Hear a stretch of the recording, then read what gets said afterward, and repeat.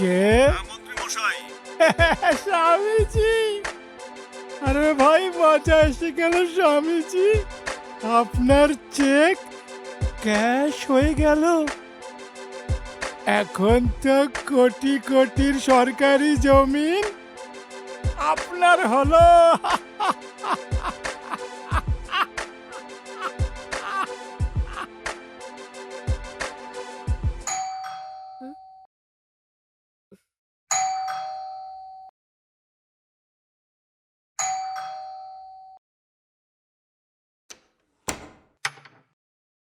আরে নেহা,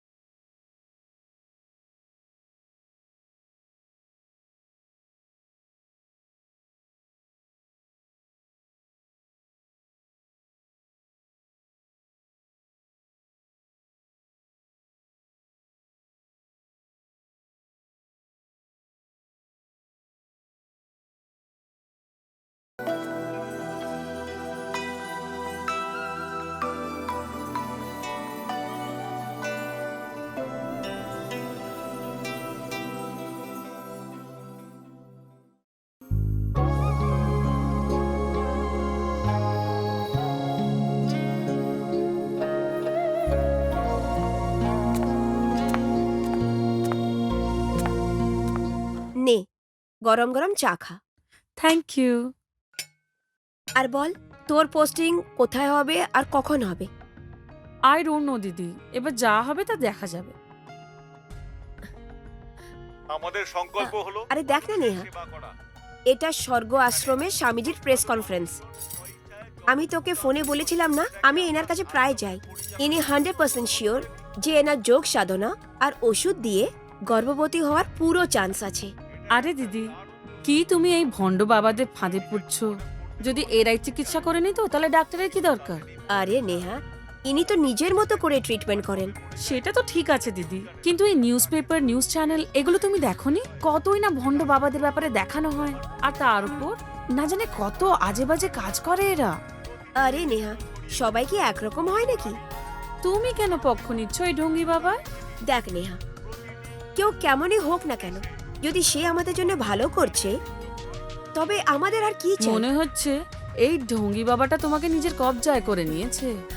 আমি যদি পারতাম দিদি, তো এরকম বাবাদেরকে পাবলিকের সামনে ন্যাংটা করে জেলের ভেতরে পুড়ে দিতাম। আচ্ছা বাবা, গুরুজিকে জেলে পোড়ার ব্যাপারটা পরে দেখা যাবে। তুই এখন ফ্রেশ হয়ে যা, তোর জামাইবাবু চলে আসলে আমরা ঘুরতে যাব। ঠিক আছে দিদি।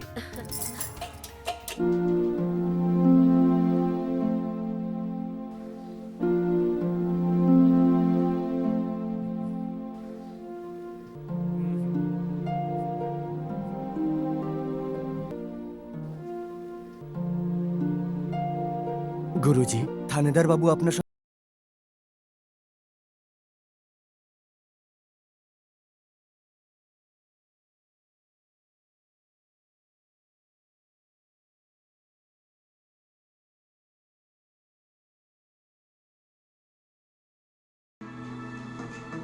আসুন আসুন দারোগা বাবু, এবার তো অনেক দিন বাদে পদার্পণ হলো। সব ঠিক আছে তো? সব ঠিক আছে মহারাজ, আপনার জন্য খুশির খবর এনেছি। আচ্ছা আচ্ছা, তাড়াতাড়ি বলুন। আগেরবার লোহার যে হোলসেল কারবারি আপনার কাছে পেটের ব্যথার ওষুধের জন্য এসেছিল। হ্যাঁ হ্যাঁ, ও এখন ভালো আছে তো? হ্যাঁ এখন তো ঠিক আছে, কিন্তু ও একটা খোঁজ পেয়েছে যে ফার্টিলিটি সেন্টারে অপারেশন করিয়ে ওর কিডনি বার করে নিয়েছে। আচ্ছা, ওই কিডনিটা যেটা মন্ত্রী মশাই শালাকে লাগানো হয়েছিল? হ্যাঁ হ্যাঁ ওটাই। ও কিন্তু এফআইআর লিখতে আমার এখানেই তাহলে এসেছিল। এখন কি হবে? আরে আরে, আপনি ঘাবড়ে যাচ্ছেন কেন? আমি থাকতে মহারাজের বিরুদ্ধে কেউ এফআইআর করতে পারবে কি? শালাকে আমি ধমকে দিয়েছি, আবার যদি ভবিষ্যতে এফআইআর দায় করতে যাও তাহলে মেরে মাটিতে মিশিয়ে দেব। এখন বুঝতে পারছি যে সকাল সকাল কেন তোমার ওই এসপি সাহেব আমার থেকে চেক চাইছিল। হ্যালো, আর চেকটা আপনি এসপি সাহেবকে দিলেন? দারোগা বাবু, আপনি কেন অকারণে করছেন? আপনি তো জানেন যে আমার কাছে এত মোটা চেকবুক রয়েছে। আপনার চেক আপনার কাছে পৌঁছে যাবে। আরেকটা আরজি আছে মহারাজ। আপনি শুধু আদেশ করুন। মহারাজ, আগেরবার আপনি যখন চেকটা থানায় দিয়েছিলেন, ওখানে অনেকেই এর ভাগা নিয়ে নিয়েছে। আমার কি মিলল? আমি চাই চেকটা থানায় দেওয়ার বদলে চেকটা আমায় এখানে দিয়ে দিন। আপনার যা ইচ্ছা।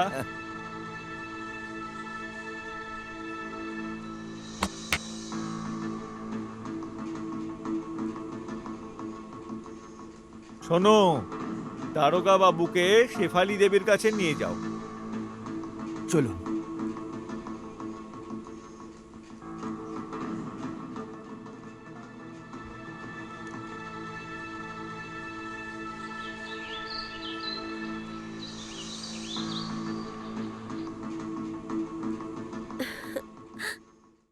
গুরুজি, প্রায় 15 দিন ধরে আমরা এইভাবে দেখাশোনা করছি।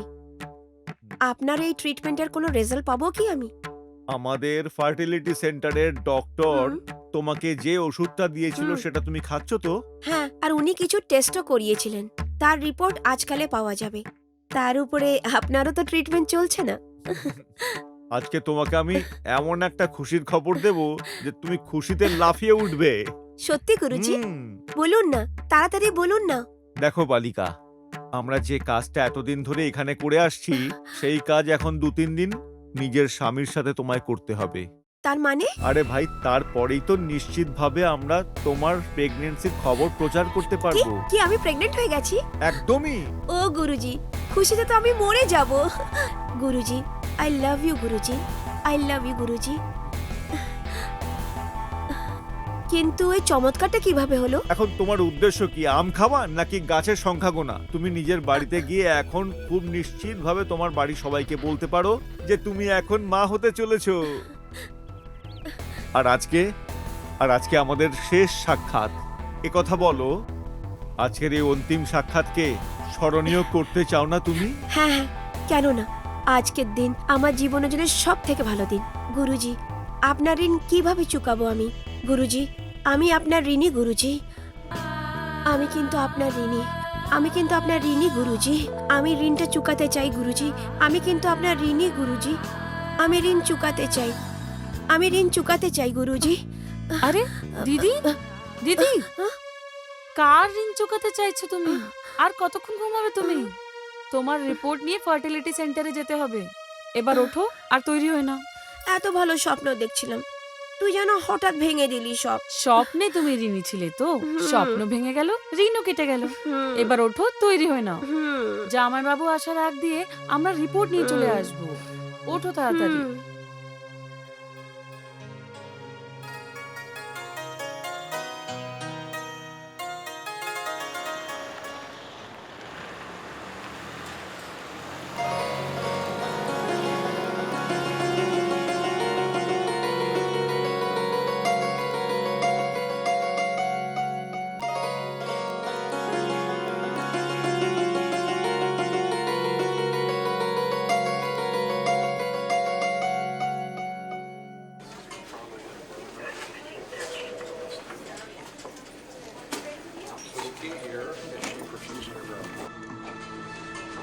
এটা নিন। ডাক্তারবাবু কখন দেখা ডাক্তারবাবু করবেন? বসে আছেন, আপনি দেখা করতে পারেন। Thank you. May I come in sir? Come in বসুন। Thank you. এই যে রিপোর্ট।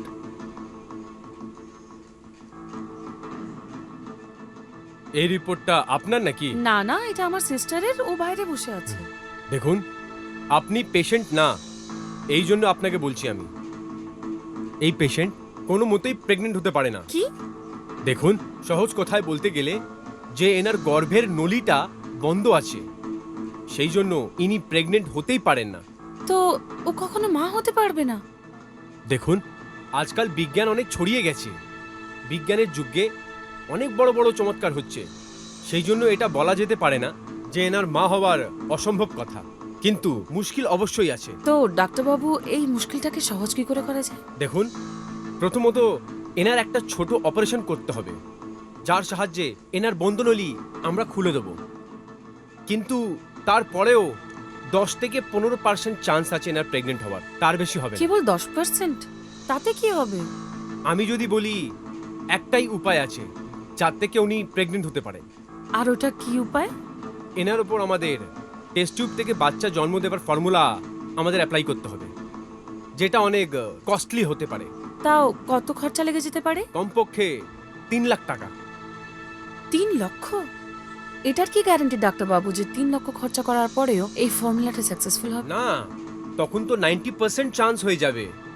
আপনি 2-1 দিনে ভাবনা চিন্তা করে নিন, তারপরে আপনি যেটা বলবেন সেটা হয়ে যাবে। ঠিক আছে ডাক্তারবাবু, আমরা 2 দিনে ভেবে জানাচ্ছি। Thank you.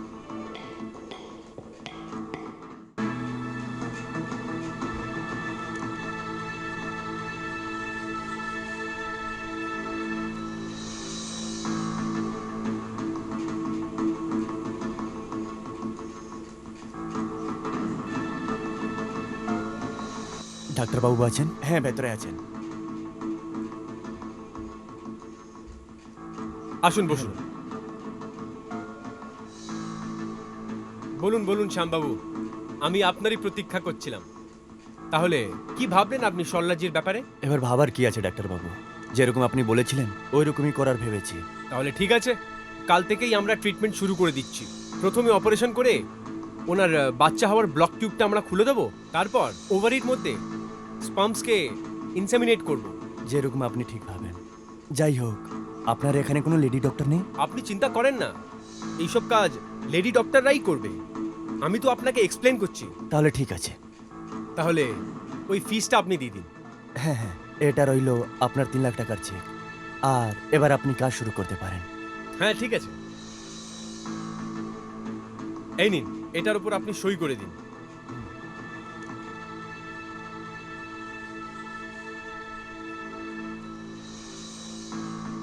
এ নিন ডাক্তারবাবু। থ্যাংক ইউ ডাক্তারবাবু। হ্যাঁ।